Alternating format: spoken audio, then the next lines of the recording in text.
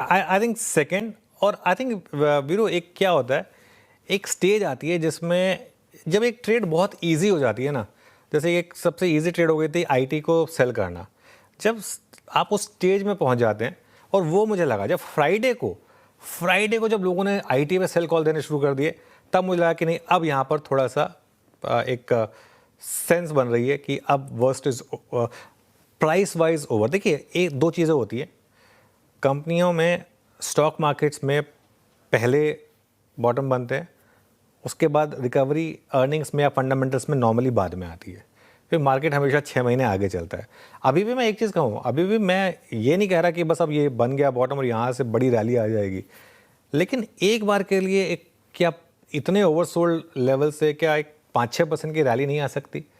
ये एक व्यू था हमारा। एनीवे, अगर आप देखें, मैं बार बार आपको एक चार्ट दिखाता हूँ, 3 महीने का आप कोफोज का चार्ट देखिए या 3 महीने का आप ओएफएसएस का चार्ट देखिए। ये अपने आप में आपको बता रहा है कि इवन एक वीक सेक्टर में आपके पास कुछ ऐसे स्टॉक्स हैं जो बहुत अच्छा कर रहे हैं। और इसीलिए फ्राइडे को अगर मैं बोलूँ, सबसे ईजी ट्रेड कोफोज थी, क्योंकि जिस पर हम एक व्यू ले पाए थे बहुत आराम से, कि क्योंकि उससे 2 दिन पहले तो उसमें बड़ा मूव आया था इन्वेस्टर डे के चलते, उन्होंने जब इतने एग्रेसिव टारगेट दिए थे, डबल डिजिट की ग्रोथ की बात कर रहे थे। तो अगर वो पूरे एक एक्सेंचर के नंबर की वजह से, जिसका कोफोज जैसे स्टॉक्स का लेना एक ना देना दो जैसे हम कहते हैं, वो अगर गिरे, तो वो एक अपने आप में एक अपॉर्चुनिटी थी। अभी भी अगर आप एक ब्रॉड सेक्टर कॉल लेना चाहते हैं, ब्रॉड सेक्टर कॉल, तो मैं ये कहूँगा कि देखें अगले 3-4 दिन। अगर आपको लॉन्ग नहीं करना, ना करें, लेकिन कम से कम शॉर्ट में वो गैप डाउन के बाद उतना जूस नहीं था वहाँ पर, इस वजह से। और आई थिंक एक और चीज़, अभी मैं वीकेंड पे एक स्टेटमेंट सुन रहा था एंथ्रोपिक के सीईओ की।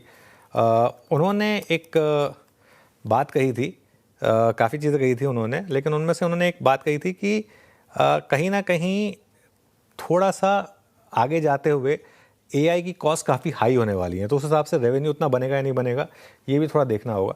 तो आई थिंक ये कारण था। प्लस आई थिंक एक स्टेज आती है जिसमें, जैसे मैं कह रहा हूँ कि हर चीज़ अट्रैक्टिव हो जाती है एक प्राइस पर आकर, वो आईटी में हो गया था इस वजह से। लेकिन हाँ, अगर मैं फिर कह रहा हूँ, अगर फ्राइडे का लो टूट गया या 27,400 के नीचे की क्लोजिंग आ गई, तो वो भी नेगेट हो जाएगा मेरे।